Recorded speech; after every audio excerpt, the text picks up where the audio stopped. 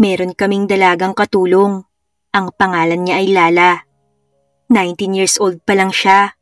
Sariwang-sariwa pa. Sa pagkakatanda ko ay may 6 months pa lang siyang nagtatrabaho sa amin. Pero simula nang dumating siya, ay ginulo niya na ang tahimik kong mundo. Paano ba naman? Bukod sa sariwang-sariwa, ay napakaganda pa. Hindi man siya matangkad ay sexy naman. Panalo sa kurbada ng katawan. Naisip ko tuloy na saktong-sakto yung katawan niya para sa akin. Kayang-kaya kong gawin lahat ng gusto ko. Siguro, napunta lahat sa boobs niya. Yung dapat ay ikatatangkad niya pa. Paano ba naman kasi? Yun ang una mong mapapansin sa kanya dahil sa laki. Maputi, makinis, at maganda siya. Maiksi ang buhok at medyo malusog. At sa tingin ko, wala pa siyang experience. Napakahinhin kasi kung kumilos. Tuwing nakikita ko si Lala ay hindi maiwasang may magwala.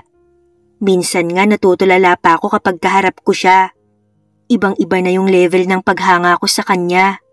Pero syempre, hindi naman ako masyadong garapal sa pagpaparamdam ko sa kanya kasi baka matakot siya sa akin. Tama na sa akin yung pagbibiro ko sa kanya at pagpaparinig. Isa pa, baka magalit sa akin ng anak ko pag nalaman niya na pumatol ako sa katulong namin, na mas bata pa sa kanya. Nag-iisa lang ang anak ko, si Mika, isang college student. Wala naman sanang problema kung ano ang gawin ko sa buhay ko. Dahil 5 years naman na akong byudo. Wala akong nakikitang masama kung maghanap ako ng iba. Sa edad kong 45, ay may negosyo akong paupahan at maganda naman ang kita ko. Kaya hindi ko rin pinoproblema ang pagpapaaral ng anak ko. Pag nakagraduate na si Mika, ay tiyak na mag-isa na lang akong maiiwan sa bahay. Kaya sa tingin ko, dapat lang na maghanap na ako ng bagong asawa. At alam kong maiintindihan niya yun. Ang hindi ko lang alam ay kung magugustuhan niya ang mapipili ko. Nitong mga nakaraang taon, hindi ko sineryoso ang paghahanap ng asawa. Meron akong mga nakikilala, pero after ng 1, 2, 3 na paglabas-labas, ay basta na lang akong tumitigil. Ewan ko ba, pero siguro ay wala yung hinahanap ko sa kanila. Wala akong ganun kalalim na nararamdaman. Ayun, nagsawa na rin akong maghanap. Sabi ko, kung may para sa akin, dadating at dadating yun. Hanggang sa isang araw, ay dumating nga si Lala, ang bagong katulong namin. Unang kita ko pa lang sa kanya ay tumibok na ang bayag ko. Oo, aaminin ko talaga na yun ang una kong naramdaman. Ibang klase kasi talaga ang alindog niya. Pero syempre, binaliwala ko yun. Sabi ko mailabas ko lang yung init na nararamdaman ko ay oks na. So yun ang ginawa ko. Kaso, halos maupod na yata ang kamay ko sa pagmamariyang palad, ay hindi pa rin mawala sa isip ko si Lala. Hanggang sa umabot ng ilang buwan, na-realize ko na mas lalo akong nabaliw sa kanya. Hindi ko na alam ang gagawin ko. Ang tanda-tanda ko na tapos ganito pa ang nararamdaman ko. Kaya siguro nagkakaganito ako ay dahil alam kong walang pag-asa na mangyari ang gusto ko. Na malabong magustuhan siya ng anak ko para sa akin. At ang mas malala pa, na malabong patulan ako ni Lala sa edad kong to. Lagi na nga akong nagpaparinig at nagpaparamdam kay Lala pero walang epek. Tingin lang talaga niya sa akin ay amo. Ba't ba kasi sa dinami-dami ng babae, kay Lala ko pa naramdaman to? Hay, pumayag ka lang Lala. Ibibigay ko sa'yo lahat ng gusto mo. Gagawin ko lahat para sumaya ka. Lunes, maaga akong gumising dahil maaga kong ihahatid ang anak ko sa boarding. Bago ko gawin ang dapat kong gawin, ay dumiretso ako sa kusina para magkape. Pagkapasok ko sa kusina, ay nagulat ako dahil nandun si Lala sa harap ng kalan at hinihintay na kumulo ang tubig. Pero hindi yun ang napansin ko, kundi ang suot nitong maikling shorts at white na sando. Nakatalikod pa lang ito pero ang lakas na ng dating. Ngayon ko lang kasi siya nakita na ganun ang suot, kaya namangha talaga ako ng husto. Siguro laging ganyan ang itsura niya kung matulog. Bakit ngayon ko lang nakita? Bigla ko tuloy naramdaman na may nabubuhay na. Pinanood ko lang siya sa ginagawa niya. Nang kumulo na ang tubig, ay pinatay niya na ang kalan at yumuko para isara ang gas stove. At sa pagyuko niya, ay mas lalo kong nasilayan ng magandang view. Ang maputing legs at pataas pa. Pwede bang tanggalin ko na yung tela na nakatakip? Grabe, may pag-asa pa bang mahawakan ko yan? Halos maglaway na tanong ko sa sarili. Sobrang ganda naman ng umaga ko. Dapat pala lagi akong gumigising ng ganito kaaga. Para na akong nababaliw sa kaka-imagine ng kung ano-ano. Natauhan lang ako nang mapagtantong nasa harap ko na pala si Lala. Sir, gusto niyo po bang ipagtimpla ko kayo ng kape? Tanong niya sa akin. Pero imbis na makasagot, sa iba tumama ang mata ko. Napahinto ako sa paghinga. Wow, kakayanin kaya ng kamay ko yan? Sir, tawag ulit sa akin ni Lala. Mukhang nagtataka na kung ano ang nangyayari sa akin. Oo, ipagtimpla mo nga ako Lala, yung kasing sarap mo. Nakangiti kong sagot. Sir talaga masyadong mabiro. Sagot naman ni Lala sa akin. Nginitian niya ako at saka nagtimpla na ng kape ko. O hindi ako nagbibiro. Wika ko sa kanya. Hinila ko naman ang upuan na nasa harap ng mesa, saka naupo at pinanood ulit ang dalaga. Wala itong kaalam-alam na sa aking imahinasyon ay marami na kaming nagawang posisyon. Doon mismo sa harap ng kalan na kinatatayuan niya. Nang maibaba niya sa mesa ang kape ko, agad nagpaalam sa akin si Lala. Teka, saan ka pupunta? Sabay na tayong magkape. Nakangiti kong wika sa kanya. Hindi ito mapakali at parang naiilang. Maya-maya ibinaba ni Lala ang kaping iniinom sa mesa. Sandali lang po sir Wika ni Lala saka lumabas ng kusina. Pagbalik nito ay nakapagpalit na ito ng damit. Nanghihinayang tuloy ako. Akala ko matagal ko pang masisilayan ang kaseksihan ni Lala. Pero okay lang. Maganda at sexy pa rin naman siya sa suot niyang hanggang tuhod na leggings at fit na t-shirt. Kahit ano talagang isuot niya ay lalabas pa rin ang magandang hubog ng katawan niya. Siya nga pala, ihahatid ko si Ma'am Mika mo sa boarding house niya kaya ikaw muna ang bahala dito. Baka dumiretso din ako sa apartment kaya hindi ko alam kung anong oras ako makakauwi. Sige po sir, sagot naman ni Lala. Sir, bukas pala aalis ako, meron kasi akong pupuntahan. Wika ni Lala. Napahinto ako sa paghigop ng kape. San ka naman pupunta? Gusto mo bang ihatid na kita? Pagpipresenta ko. Naku sir, wag na po. Nakakahiya naman sa inyo kung maabala ko pa kayo, sabi ni Lala. Naku, ayaw mo lang atang magpahatid dahil date ang pupuntahan mo. Biro ko sa kanya. Tinawanan naman ng dalaga ang sinabi ko. Sir naman, date agad. May dadalawin lang po ako. Nakangiting wika ni Lala. Kaya hayaan mo nang ihatid na lang kita. Wala naman akong gagawin. Gusto ko lang malibang. Pamimilit ko, kaya pumayag din si Lala. Nauna siyang matapos magkape, kaya nagpaalam din siya dahil may gagawin daw siya. 7:00 nang makaalis kami ng anak ko sa bahay. Nang maihatid ko na siya ay sumaglit lang ako sa apartment. Siguro mga more or less ay 30 minutes ako doon. Nang makita kong wala namang problema ay umuwi na rin ako. Mga bandang 9:00 nang makarating ako sa bahay. Nang maigarahe ko na ang kotse ay dumiretso ako sa loob ng bahay. Siyempre, agad hinanap ng mata ko si Lala. Kaso nalibot ko na yata ang buong bahay ay hindi ko pa siya nakikita. Asa na kaya si Lala my loves? Naisip kong puntahan siya sa kwarto niya. Kumatok muna ako pero walang sumasagot. Nakaisa pa akong katok pero wala pa rin, kaya naman pinihit ko yung doorknob. Napangiti ako na mapagtantong hindi nakalock yun. Dahan-dahan kong binuksan yung pinto. Nang sumilip ako, ay nakita ko si Lala na nakahiga sa kanyang kama. Hindi ito gumagalaw, siguro ay nakatulog. Pero hindi yun yung nakapukaw sa atensyon ko. Kundi yung t-shirt lang na suot niya at yung kulay puti niyang panty. Sa nakita ko ay uminit ang katawan ko at kung anong masamang hangin ang pumasok sa isip ko. Nakahiga siyang harap sa dingding at pumasok akong dahan-dahan sa tabi ng kama niya. Hinawakan ko siyang bahagya sa balikat upang alamin kung magigising siya, ngunit hindi siya kumilos. Sa pagkakataong yun, natempt ako na samantalahin ang pagkakataon. Umupo ako sa tabi ni Lala. Grabe yung kabog ng dibdib ko. Nanginginig yung kamay ko sa sobrang kaba at pagkasabik. Ngunit bago ko maikilos ang kamay ko, ay biglang minulat ni Lala ang mga mata niya.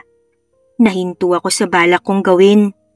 Noong una, pumikit-pikit pa si Lala at nang mapagtanto niya sigurong nasa kwarto nga ako, ay nanlaki ng husto ang mga mata ng dalaga. "Sir, anong ginagawa mo? Bakit andito kayo sa kwarto ko?" Napabalikwas ng bangon si Lala. Hindi nito malaman kung paano tatakpan ng sarili. Nang makita niya ang unan, ay agad niya yung inilagay sa kandungan niya. Agad akong tumayo.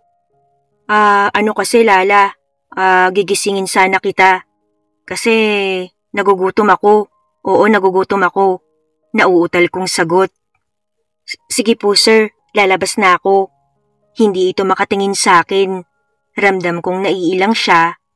Kaya nagpa siya na akong lumabas ng kwarto niya. Hay, muntik na ako dun na. Bakit ba kasi naisipan ko pang gawin yun? Sermon ko sa sarili. Ilang minuto lang ay lumabas na si Lala. Dumiretso ito sa kusina at nagluto ng tanghalian. Matapos niyang magluto ay tinawag niya na ako. Ang totoo, hindi naman talaga ako gutom. Dinahilan ko lang yun sa kanya dahil wala akong maisip na palusot. Pagkatapos nun ay napansin kong naging tahimik si Lala at iniiwasan ako. Kinagabihan, nagpa siya akong uminom ng beer para pampatulog. Hindi kasi ako mapakali dahil pilit pumapasok sa isip ko si Lala. Kailangan kong magpahilo dahil siguradong hindi ako makakatulog. 8:00 ng gabi nang matapos akong uminom, kaya dumiretso na ako sa kwarto. Si Lala naman, tulog na siguro dahil hindi na lumabas pa ng kwarto. Mga ilang minuto siguro akong nakahiga bago tuluyang makatulog. Bandang 10:30 ng gabi, naalimpungatan ako mula sa pagkakahimbing. Mabigat ang pakiramdam ng pantog ko kaya napilitan akong bumangon at lumabas ng kwarto. Tahimik ang buong bahay. Tanging mahinang lagaslas lang ng tubig mula sa banyo ang maririnig. Medyo hilo pa ako, pero alam kong kailangan kong umihi. Patungo na ako sa banyo nang biglang bumukas ang pinto nito. Kasabay ng paglanghap ko ng malamig na hangin mula sa banyo, tumambad sa akin si Lala. Nakatapis lang siya ng puting tuwalya, basang-basa pa ang buhok. At ang mga patak ng tubig mula sa kanyang batok ay bumababa sa balikat, sa dibdib, hanggang sa natatabing bahagi ng kanyang katawan. Napakaganda niya sa gabing yun. Parang isang sirena na kalalabas lang sa dagat. "Sir?"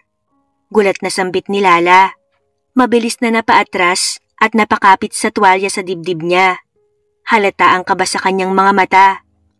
Ako naman ay parang biglang natuyuan ng laway sa lalamunan. Napatigil ako sa paglakad. Hindi ko alam kung iiwas ang tingin o babalik sa kwarto. Sorry Lala. Hindi ko alam na nauutal ako. Ramdam ang pamumula ng pisngi ko. Ako po dapat ang mag-sorry. Akala ko po tulog na kayo. Mahina niyang sagot habang dahan-dahan siyang tumagilid, papalayo, patungo sa kanyang kwarto. Ngunit sa pag-ikot niya, biglang dumausdos ang tuwalya sa katawan niya. Nahulog ito hanggang tuhod. Pareho kaming napatigil. Ay! Mabilis niyang dinampot ang tuwalya at tinakpan ng sarili. Pero huli na. Sandali lang yun, pero para akong natulala. Hindi ko sadya, pero nakita ko ang lahat. Ang kinis ng kanyang balat, ang kurbada ng kanyang katawan. Namilog ng husto ang mga mata ko sa sobrang paghanga. At ang matagal kong kinikimkim na damdamin, ay ramdam kong unti-unting nagpupumiglas. Lala, mahina kong sambit, sabay lunok ng laway ng ilang ulit. Sir, tama na po. Nanginginig ang tinig niya pero tila wala na akong naririnig. Tuluyan na akong nawala sa sarili. Hindi ko na narinig ang sariling mga hakbang. Lumapit ako kay Lala. "Sir, teka lang." Natatarantang wika ni Lala pero huli na. Lumapit ako sa kanya, hinawakan ang magkabilang braso niya at tinangka ko siyang halikan. "Sir, wag." Mabilis siyang nagpumiglas. Pero mahigpit ang hawak ko. Halata ang takot sa kanyang mga mata at ako parang nawalan ng kontrol. "Pagbigyan mo na ako, Lala." Nanginginig kong wika habang yakap ko siya, desperado. "Ibibigay ko sa'yo lahat ng gusto mo. Wala ka nang poproblemahin. Basta pumayag ka lang sa lahat ng gusto ko." Puno ng pagnanasang wika ko. "Bitawan niyo ako, sir." Umiiyak na niyang pakiusap habang pilit akong itinutulak. "Hindi ako ganong klaseng babae. Hindi ako pumapatol sa lalaki kapalit lang ng pera at materyal na bagay." Tila sampalang bawat salita ni Lala. "Hindi po ako naghahanap ng sugar daddy, sir." At doon ako natauhan. Ang pagkakahawak ko sa kanya ng mahigpit ay unti-unting lumuwag. Pinakawalan ko si Lala. Napayuko ako. Hindi ko maharap ang mga mata niyang punong-puno ng sakit at pagkadismaya. Pinulot niya ang tuwalyang pangalawang beses na nahulog sa sahig at muling binalot sa katawan. "I'm sorry, Lala. Hindi yun ang ibig kong sabihin." Bulong ko. Halos hindi ko rin marinig ang sarili. Pero tumitig siya sa akin. Nangingilid ang mga mata sa luha. "Sorry, sir. Pero hindi ko tinatanggap ang alok mo. Maghanap na lang po kayo ng ibang babae na papayag sa gusto nyo." Pagkasabi nun, mabilis siyang tumakbo pabalik sa kwarto niya at isinara ang pinto. Napako lang ako sa kinatatayuan. Walang salita, walang galaw. At doon ko naramdaman ang mabigat na kirot ng konsensya. Hindi lang hiya, kundi pagsisisi. Hindi ko lang siya nasaktan. Pinilit ko pa siyang suyuin sa maling paraan. Ngunit sa kabila ng nangyari, mas lalo kong hinangaan si Lala. Mas lalo akong naging porsigido. Hindi pala siya nabibili. Kaya ang puso niya, kailangan kong ligawan, hindi bilhin. At sa isiping yun, nangako ako sa sarili na liligawan ko si Lala. Sa tamang paraan, sa paraang karapat-dapat. Ngunit matapos ang gabing yun, nawalan ako ng lakas ng loob na lumapit o makipag-usap kay Lala. Alam kong galit siya at karapatan niya naman yun. Pero habang lumilipas ang bawat araw, lalo kong nararamdaman na hindi ito basta pagnanasa lang. Hindi ito simpleng pagkahumaling sa kanyang ganda o katawan. May mas malalim pa akong nadarama. Isang damdaming hindi ko inaasahan. Tuwing nasasalubong ko si Lala sa loob ng bahay, ay lagi siyang nakayuko. Ni ayaw akong tignan. Parang nawala na ang masayahing Lala na una kong nakilala. Yung palangiti, masigla at may alindog na natural lang sa kanya. Hindi ko tuloy maiwasang malungkot. Hindi dahil sa pag-iwas niya, kundi dahil sa bigat ng kasalanang ako mismo ang may gawa. Hanggang ngayon, hindi ko pa rin lubos maisip kung bakit hindi siya nagsumbong sa pulis at maging sa anak ko nang makauwi ito galing sa boarding house. Diyos ko, kung malalaman lang ni Mika ang ginawa ko, siguradong magagalit siya sa akin ng husto. At higit pa ron, baka mawalan na siya ng respeto sa akin. Simula nang mawala ang asawa ko, hindi ko kailanman nagawang mag-uwi ng ibang babae. Hindi ko nga rin naisip na muling iibig. Kaya't sa pagkakataong to, hindi ko alam kung paano ko ipapaliwanag sa anak ko na ang babaeng minamahal ko ay ang katulong namin. Hanggang isang gabi, hindi ko na talaga kinaya at nagpasya akong kausapin si Lala. Lumapit ako sa pinto ng kanyang kwarto at marahang kumatok. "Lala?" Mahinang tawag ko, halos bulong, ngunit walang sumasagot. Lumunok ako ng laway, pinilit na pigilan ang panginginig ng boses ko. "Alam kong galit ka pa rin sa akin. Alam kong nasaktan kita. Pero Lala, gusto kong malaman mo na hindi ako hihinto hanggat hindi ko napapatunayan sa'yo kung gaano ako kaseryoso." Sumandal ako sa pinto. Marahang idinampi ang palad ko ron. Para bang umaasa na mararamdaman niya ang sinseridad ko kahit hindi ko siya makita. Hindi kita sinusubukang bayaran, Lala. Hindi lang katawan mo ang habol ko. I'm sorry kung sa tingin mo ay mababa ang tingin ko sa'yo. Hindi ko na kasi alam kung paano kita makukuha. Kaya nagawa ko yun. Gustong gusto kita, Lala. At kung kailangang hintayin kita, hihintayin kita. Kahit gaano pa katagal.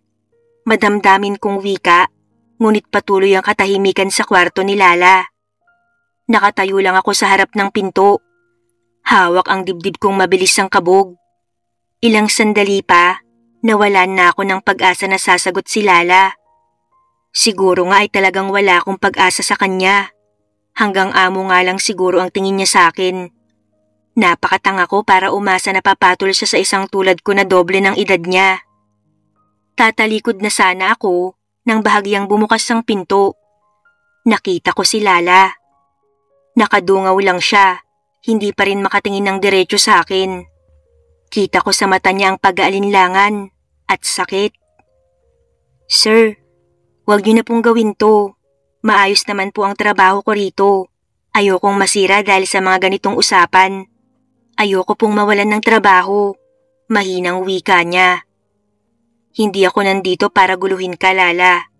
Gusto kong malaman mo na pinagsisisihan ko ang ginawa ko. Hindi ko alam kung paano ako makakabawi sa'yo, pero gusto kong subukan. Mapatawad mo lang ako. Napayuko si Lala, mariin ang kagat sa labi. Sir, hindi madali ito para sa akin. Natatakot ako sa maaaring kahinatnan ng gusto niyong mangyari. Lumunok si Lala bago nagpatuloy. Hindi ko alam kung hanggang saan niyang nararamdaman niyo. Baka gusto niyo lang akong makuha dahil nagnanasa kayo. Hindi ko maiwasang masaktan sa mga binibitawang salita ni Lala. Dahil sa isang banda, totoo naman. Noong una ay puro pagnanasa lang ang nararamdaman ko. Wala akong ibang ginusto kundi ang matikman siya. Pero sa paglipas ng mga araw, lalo na nang makita ko ang paninindigan at dignidad niya, doon ko napagtanto, hindi lang pala ang bagay na yun ang gusto ko, kundi si Lala mismo. Lala, mahina akong sabi. Hindi kita masisisi kung yan ang iniisip mo. Dahil noong una, baka nga totoo yun. Pero ngayon, hindi na. Kung pagnanasa lang to, matagal na akong tumigil. Pero hindi ko magawa dahil mahal kita, Lala. Napatitig siya sa akin. Parang sinusuri kong nagsasabi ako ng totoo. Hindi ko hinihiling na ibigin mo ko, Lala. Pero maaari bang hayaan mo kung iparamdam sa'yo na espesyal ka sa akin? Halos hindi ako humihinga sa paghihintay ng isasagot ni Lala. Hanggang sa tumango siya ng bahagya. Ibig bang sabihin ng pagtango mo ay pumapayag ka? Paninigurado ko. Muling tumango ang dalaga. Sa sobrang saya ko ay muntik ko na siyang yakapin. Mabuti na lang ay nakapagtimpi pa ako. Sir, alam niyong hindi madali to. Amo kita. May anak ka. May reputasyon kang iniingatan. Paano kung malaman nila? Paano kung husgahan nila tayo? May pag-aalinlangan pa rin kay Lala. Wala akong pakialam sa iisipin at sasabihin ng iba. Handa akong harapin yun lahat. Sagot ko ng buong tapang. Isa lang ang hinihiling ko, sir. Huwag mo kong lokohin. Bulong ni Lala sa akin. Hinawakan ko ang kanyang pisngi at tumango. Hindi kita kayang saktan, Lala. Hinding-hindi. Lumipas ang mga linggo. Ramdam kong unti-unting nawala ang pagkailang sa akin ni Lala. Kaya naman nagsimula na rin akong magparamdam sa kanya. Isang umaga, nasa likod bahay si Lala. Nakaupo sa bangkito habang abala sa paglalaba. Nakataas ang buhok niya at may mga patak ng tubig sa braso at leeg. Tila walang kamalay-malay sa mundo. Marahan ang pagkusot ng damit habang nakakunot ang noo. Parang inaaway ang bawat mantsa. Tahimik akong lumapit. Hawak ang isang tray ng kape at tinapay. Lala, mag-almusal ka muna. Tawag ko sa kanya. Napalingon siya at halatang nagulat. Ay sir, dapat po kayo ang inaasikaso, hindi po ako. Philip na lang, di ba? At gusto kong gawin to kaya wag mo na akong pigilan. Putol ko sa sasabihin ni Lala. Nag-aalangan man si Lala ay wala na siyang nagawa dahil inilipag ko na ang tray sa tabi niya. Umupo ako sa gilid ng batya at kinamay ang isang labahin. Sa susunod, gamitin mo yung washing machine. Ayaw kong nahihirapan ka. Wika ko. Kasabay nun ay nataranta si Lala. Ay wag po. Wag mo pong gawin yan. Halos maagaw niya ang labahin sa kamay ko. Bakit? Natatawa kong tanong. Hindi ba pwedeng tumulong ang isang manliligaw? Napahinto si Lala. Napatingin siya sa akin. Tila hindi sigurado kung naririnig ba niya ng tama ang sinabi ko. Manliligaw?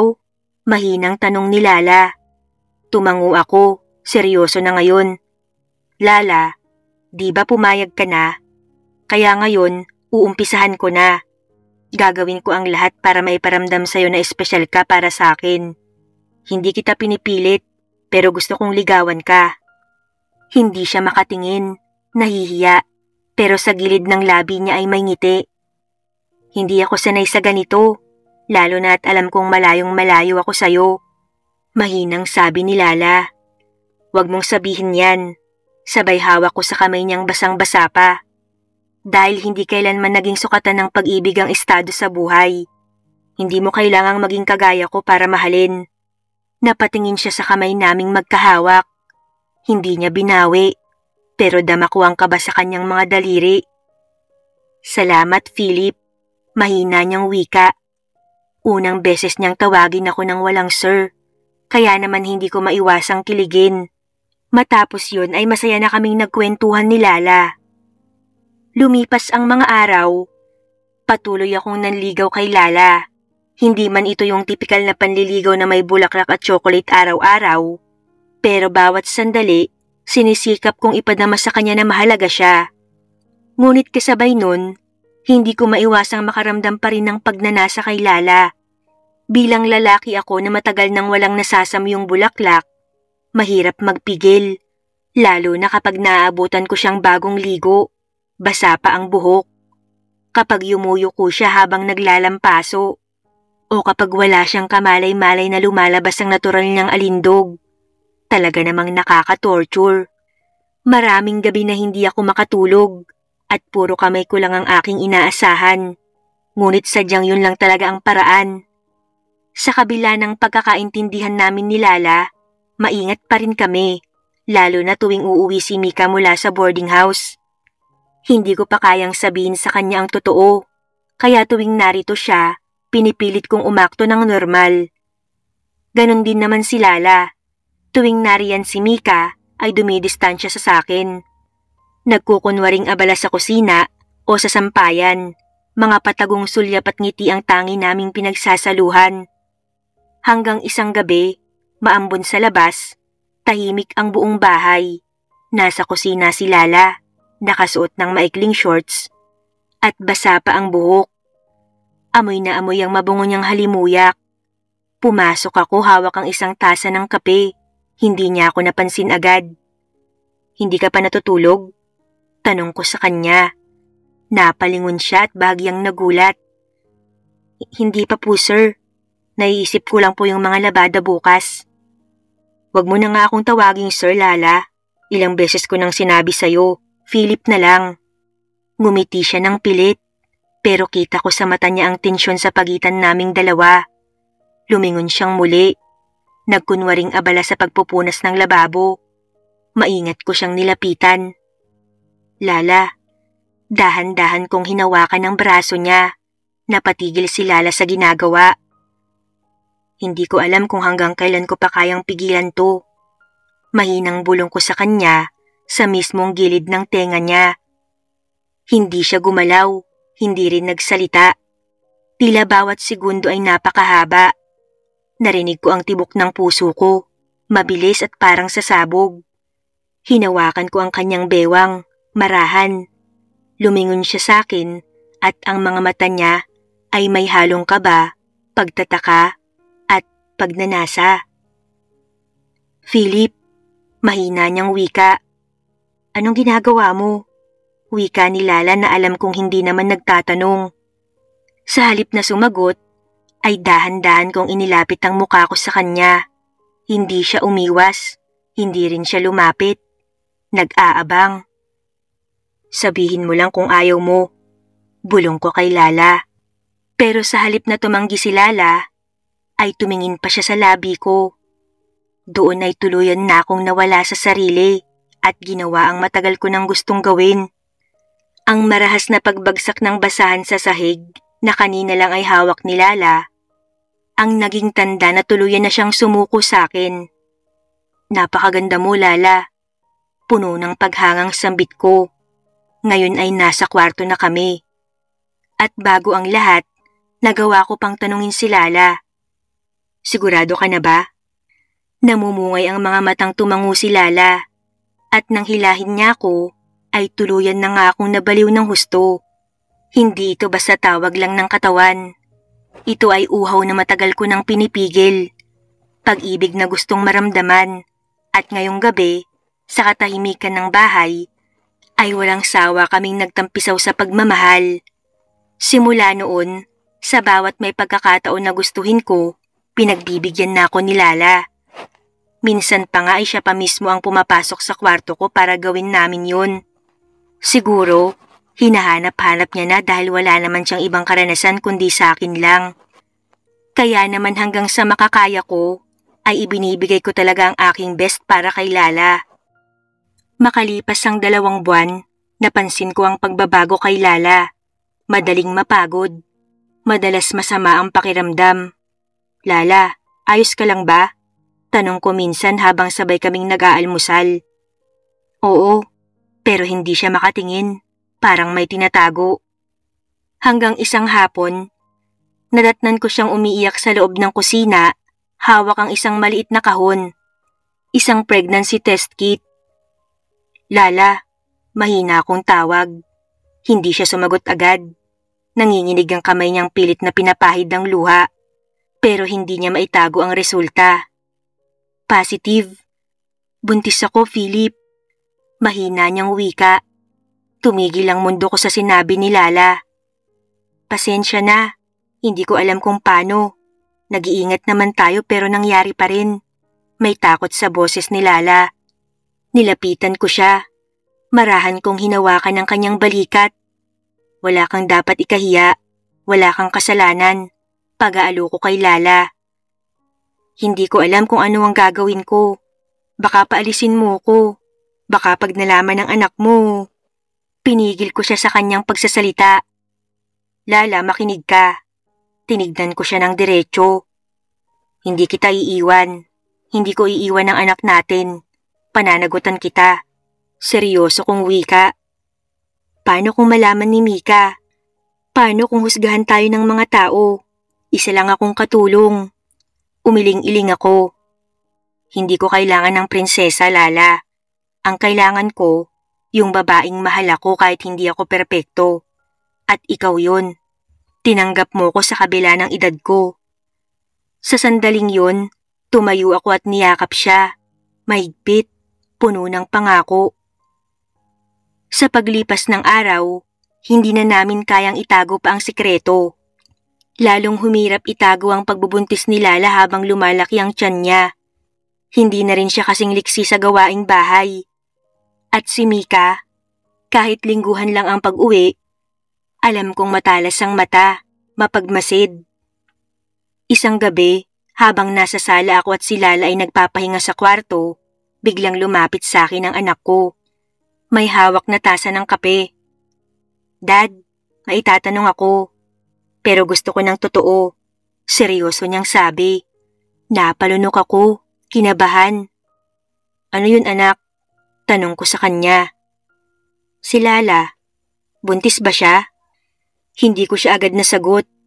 Pero sa mga mata ko pa lang, alam kong nakuha niya na ang sagot. At ikaw ba ang ama? Dugtong pa niya. Anak, wika ko, ngunit hindi na ako hinayaan ni Mika na magpaliwanag.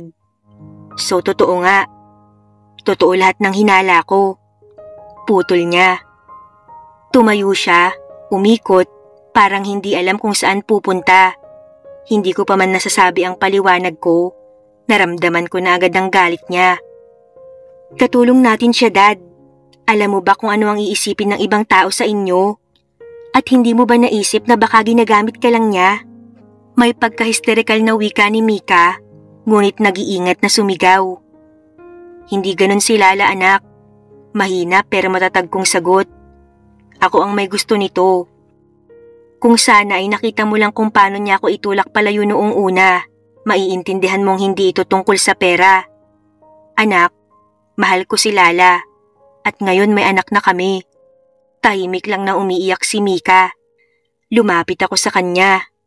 Alam kong mahirap tanggapin, pero sana wag mo kaming husgahan, anak.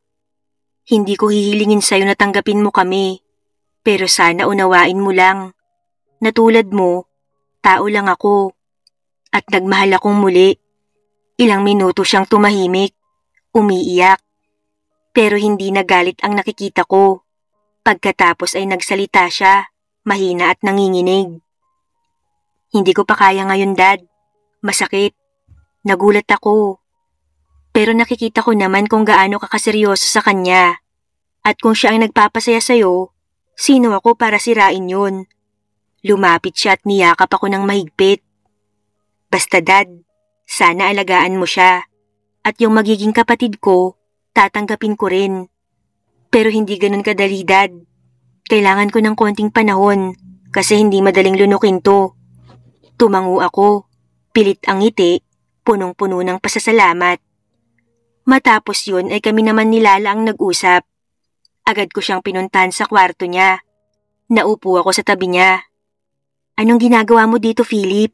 Nandito si Mika. Baka makahalata yun. Malamyang wika ni Lala. Alam na ni Mika. Wika ko. Sukat doon ay gulat siyang napalingon sa akin. Anong sabi niya? Kinakabahang tanong ni Lala. Ang sabi niya, panindigan kita. Wika ko kaya napahagulgol ng iyak si Lala. Yung iyak na tila nabunutan ng tinik sa dibdib. Hinawakan ko ang pisngi niya at dahan-dahang pinunasan ng mga luhang umaagos. Tinitigan ko siya ng buong lambing. Wala ka nang dapat ikatakot, Lala. Mahal kita. Paninindigan kita. Kayo ng anak natin. Hindi na nagsalita pa si Lala. Yumakap lang siya sa akin, mahigpit at parang ayaw na akong pakawalan. Lumipas ang mga buwan, unti-unting umayos ang lahat. Naging malapit na si Lala at Mika. Madalas ko silang makita sa kusina. Palagi ring may uwing baby clothes si Mika tuwing uuwi siya galing boarding house. Isang gabi habang nakaupo ako sa veranda, hawak ang tasa ng mainit na gatas. Dahil bawal na raw ang kape sa buntis kong asawa. Lumabas si Lala mula sa loob ng bahay. Naka-duster siya. At kahit simple ang ayos, tila walang kapantay ang ganda niya sa paningin ko. Habang papalapit siya sa akin, hindi ko maiwasang mangiti sa naisip. Akalain mo, ang aking maid, si Lala, ay asawa ko na ngayon. At ilang buwan na lang, magkakaroon na kami ng baby boy.